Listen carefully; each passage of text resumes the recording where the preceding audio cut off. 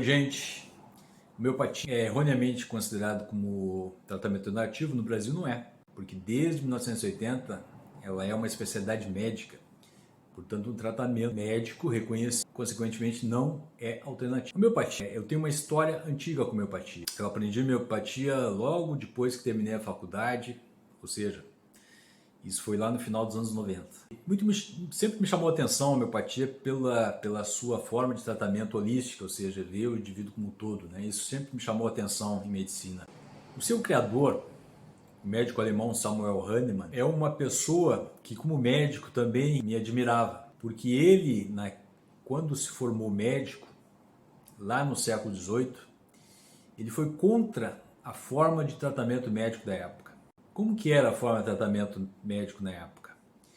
Ela causava muitos mais problemas, muito mais mortes do que soluções em relação à saúde. O principal tratamento médico da época, do século XVIII, era a sangria. Além de sangrias, era os eméticos, provocar vômito, diarreia, os purgativos que eles chamavam. Então, isso, imagina, num paciente que está debilitado pela doença, provocar sangria, e não só de cortes, mas sangrias através de colocavam sanguessugas para fazer esse tratamento. Paciente debilitado, doente, caquete, fraco, astênico, com sangramento, anemia e, consequentemente, claro, piora do estado e morte. Hahnemann não concordava com nada disso. E ele, descontente então com a medicina da sua época, um jovem formado, deixa de praticar a medicina e vai fazer traduções de livros em grego e francês. Ele já fazia isso durante a faculdade para pagar a sua faculdade. Então ele começa a traduzir livros e ele sempre muito crítico. Em algumas traduções ele não concordava com o que o autor tinha colocado e fazia críticas em rodapé, né, sobre as conclusões lá do autor. E numa dessas traduções que ele fez lá de 1790 até 1700 anos, então ele só trabalhou com traduções de livros médicos, ele observou que um autor colocou que o motivo pela qual a casca peruana, que é a quina, tratava a malária, hoje nós usamos medicamentos de quina para tratar a malária até hoje, tá? Mas a casca peruana, a quina, para tratar a malária, o autor disse que era porque ela era astringente, porque ela causava, ela tinha uma amargor que causava uma astringente, e isso causava melhora dos sintomas da malária.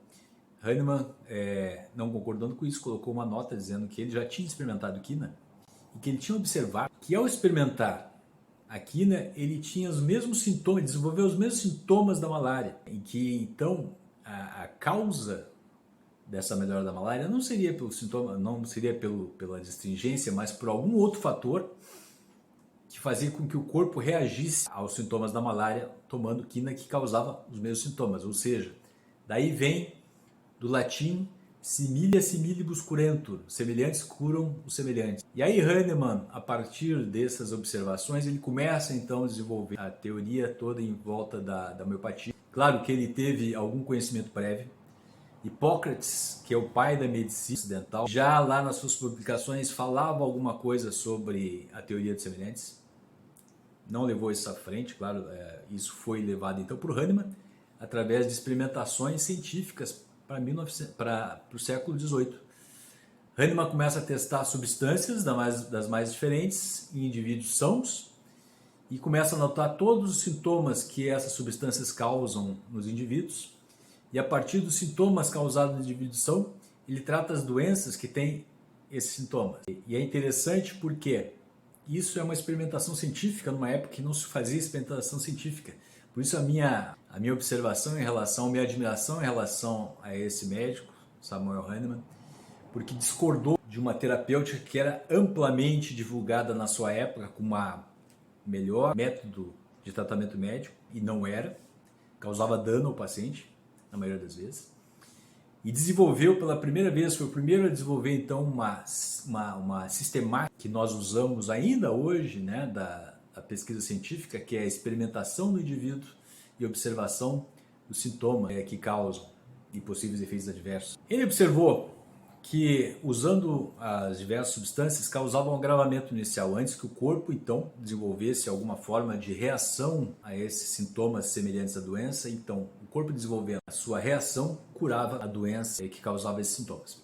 Ele observou que esses agravamentos poderiam ser minimizados com a diminuição das doses do medicamento, né? E aí surgiram então as diluições. Ele começou a usar depois então substâncias tóxicas. Então, quanto mais diluído, né, para tirar essa toxicidade da substância, ele observou que altas diluições que tiravam a toxicidade da substância não diminuíam o que ele esperava, o aparecimento de sintomas, mesmo com altas diluições das substâncias, né? Esses sintomas que ele então trataria as doenças com sintomas semelhantes. Como a gente ainda não tem uma explicação de como que esse medicamento funciona, qual é o mecanismo que ele age sobre o organismo para combater doenças, é por isso que ele é tão combatido, né? Pela medicina moderna, que, claro, tem um grande avanço em pesquisas, enfim, em medicina, em ciência, em formulação de medicamentos, em tudo. Mas a ciência, nosso conhecimento ainda não descobriu, né, qual o mecanismo que faz com que altas diluições de uma substância tenham algum efeito sobre o organismo. Talvez isso esteja na física, a gente ainda não sabe. Mas o que a gente sabe é que existe uma evidência. Apesar de dizer que não tem evidência, existe evidência. Existem trabalhos científicos mostrando, tanto é que foi aprovada pelo Conselho Federal de Medicina para ser uma especialidade médica. Eles não iriam aprovar isso caso não encontrassem pesquisas que demonstrassem efeito. Alguns digam, mas as pesquisas são fracas, não são suficientes. Ainda fica a questão do como é que o medicamento funciona e tal. Mas a gente tem nível de evidência, nem que seja de evidência C em medicina. Evidência C, que não é evidência A lá de alto padrão, né, de pesquisas e tal, e metodologia. A opinião de especialista é a experimento de cada especialista, de cada médico no seu consultório, observar que o medicamento faz efeito nos seus pacientes, né? E isso tem vários relatos em pesquisa, ok? Então, não é que não tem evidência, é um nível de evidência. Pode ser considerado para alguns mais fracos para tratamento, tudo bem, mas tem evidência. Alguns dizem, mas isso é efeito placebo. Bom, efeito placebo também tem em alopatia, efeito placebo também tem em homeopatia, na alopatia. O difícil é dizer como mostrar efeito placebo numa criança recém-nascida que usa homeopatia e tem e melhora os seus sintomas. Difícil é demonstrar efeito placebo no uso em animais, na homeopatia veterinária, e dizer que cura muitas situações, dizer que isso é efeito placebo, né? Esse é o problema. De qualquer forma, pessoal, homeopatia, com todas as críticas, com todas as contestações que ainda terão pela frente, até que se descubra, né, qual é o mecanismo de ação desse medicamento, está lá nas leis da física, a gente não descobriu todas ou não. De qualquer forma, é um tratamento que não é alternativo, mas pode ser complementar. Raramente uso atualmente, na verdade, mas já usei muito no passado.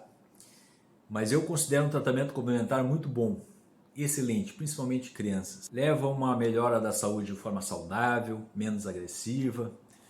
Digo que a gente ainda vai saber muita coisa boa sobre a homeopatia no futuro.